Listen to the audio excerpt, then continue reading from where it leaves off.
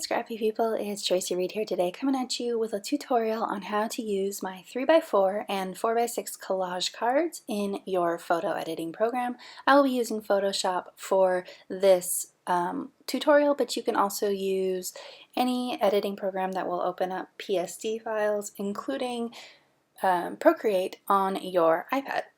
So these cards are all available in both 3x4 and 4x6 sizes. So let's start the tutorial. So I have one of the 4x6 collages open up here from the first pack, and I'm going to be doing a simple photo collage with 3 photos in this tutorial. So I'm going to copy and paste my photo onto my canvas, and I'm going to resize it to fit into this square that I have clipped my photo to. And you can clip your photo to the placeholder very easily by holding down the Alt or Option key and hovering in between the photo and the photo placeholder layer on your layers palette, and then clicking when you see the mouse change like it just did. So I like to clip my photos to the placeholders before I resize them so I can get an accurate depiction of what is going to look like clipped. I'm changing the size of this one and I'm rotating it a little bit so that the horizon line matches the horizon line in the other photo. Now when it comes to choosing what size to have your photo be in this collage, I like to either make it the same as the other photo or significantly smaller or larger so that there is a contrast. So I made this one significantly larger. Then I'm going to add one more photo to the center here, and I chose a different kind of photo to sort of have a contrast between the two outside photos. So I very quickly created this collage. It only took a couple minutes. And then I'm going to print it just like I would any other photo. So I'm going to merge these. You don't have to merge them, but I like to merge my layers. So I'm going to print this as a 4x6 on borderless 4x6 paper, and when I do that, my printer specifically, and most printers that I've ever used, when I print borderless, it blows up the photo just a little bit to compensate. So I like to reduce the size to 98 or 97% when I print it to compensate.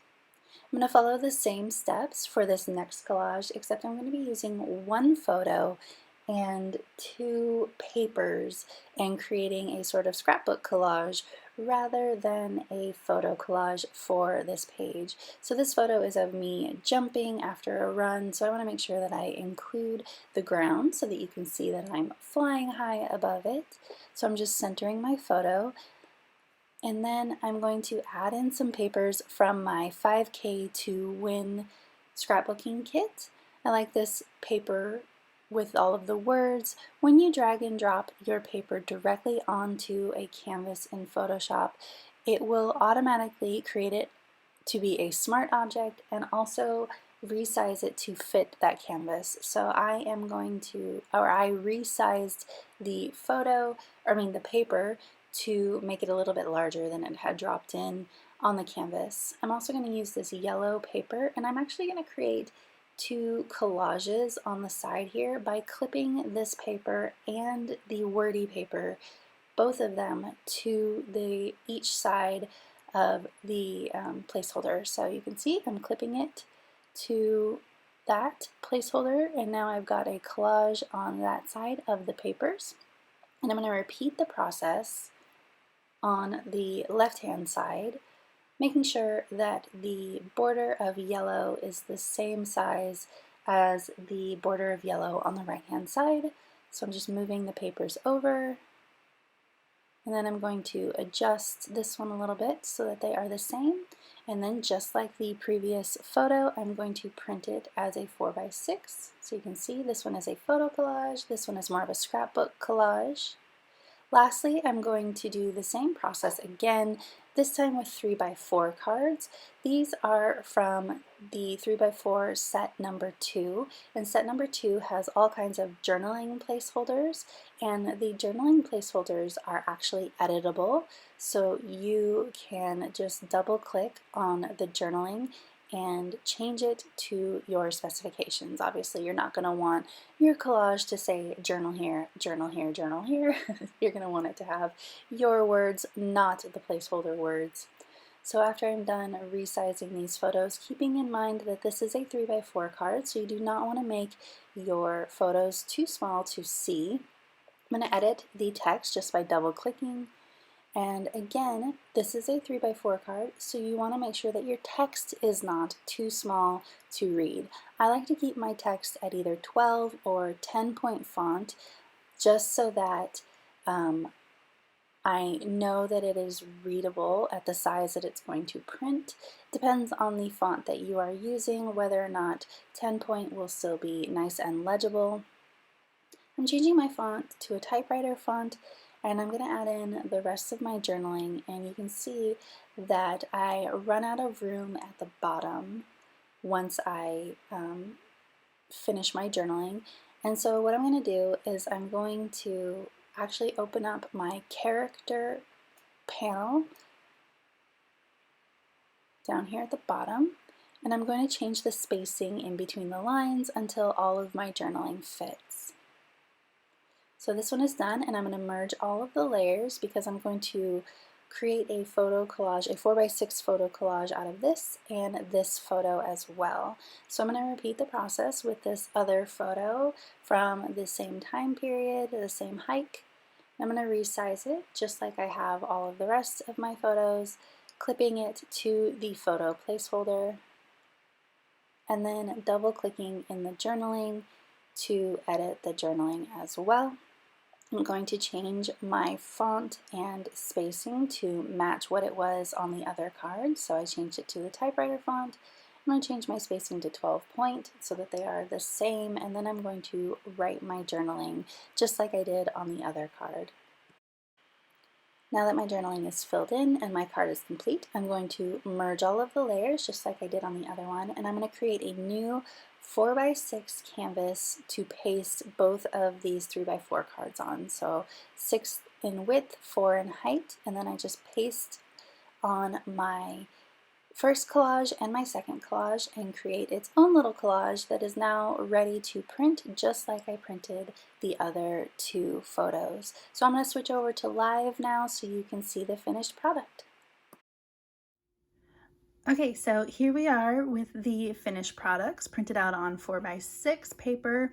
You can see that 97-98% reduction makes it work perfectly to correct for the printer blowing up my photo a little bit when I choose borderless printing. So now I can either keep this like it is, like putting it in a Project Life album, or I can cut these up and they'll all be proportionate to each other. It just depends on what I want to do with these photos. So here is the one with the digital papers. You can see that they print really beautifully on photo paper, and now I have these really cool borders on this photo. And here is the set of 3x4s on one canvas. You can see that they, because the font is 12-point, it is nice and large, but you can also make it smaller in your own program if you wanted to, or reduce the spacing a bit as well. So all you have to do now is cut these down to 3x4. And if I line this up with the 3-inch mark, they are perfect. So now I can slip these in a Project Life album, or I can use them on my regular scrapbooking pages and have my journaling already printed out and ready to go. I can even cut these apart if I wanted to and layer them a little bit differently, just depending on how I want to use these photos. So that is how you use the photo collage templates. All the 3 sets of templates, I only showed you 2, but there are 3 sets of templates.